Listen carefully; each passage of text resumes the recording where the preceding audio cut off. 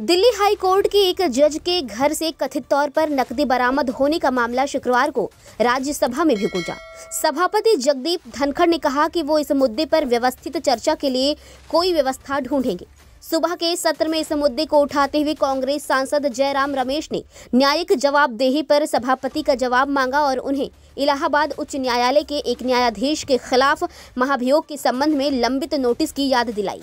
रमेश ने कहा, आज सुबह हमने दिल्ली उच्च न्यायालय के एक न्यायाधीश के आवास से भारी मात्रा में नकदी बरामद होने के चौंकाने वाले मामले के बारे में पढ़ा। उन्होंने ये भी बताया कि इससे पहले 50 सांसदों ने इलाहाबाद उच्च न्यायालय के एक न्यायाधीश की ओर से की गई कुछ टिप्पणियों के संबंध में सभापति को नोटिस सौंपा था। रमेश ने कहा कि चेयरमैन ने स्वयं बार-बार न्यायिक जवाबदेही की आवश्यकता पर बात की है। वरिष्ठ कांग्रेस नेता ने धनखड़ को ये भी याद दिलाने की कोशिश की कि उन्होंने इस मुद्दे पर सदन के नेता को निर्देश दिया था। उन्होंने कहा, मैं आपसे अनुरोध करता हूं कि कृपया इस पर कुछ टिप्पणियां करें और न्यायिक जवाबदेही बढ़ाने के लिए प्रस्ताव लाने के लिए सरकार को आवश्यक निर्देश दें।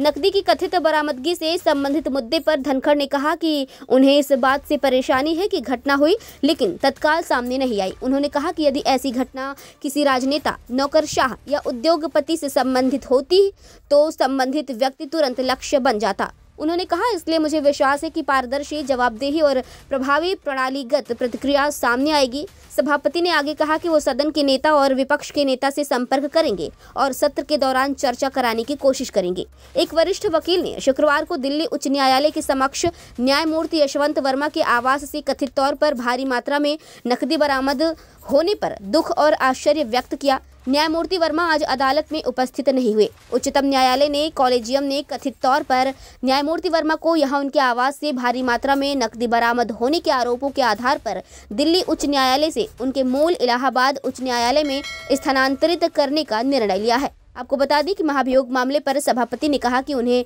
राज्यसभा के 55 सदस्यों से प्रतिनिधित्व प्राप्त हुआ है। धनखड़ ने सदस्यों को बताया कि उन्होंने हस्ताक्षरकर्ताओं से हस्ताक्षर का सत्यापन कराने के लिए सभी आवश्यक कदम उठाए हैं। ब्यूरो रिपोर्ट, खबर 24 एक्सप्रेस, नई दिल्ली।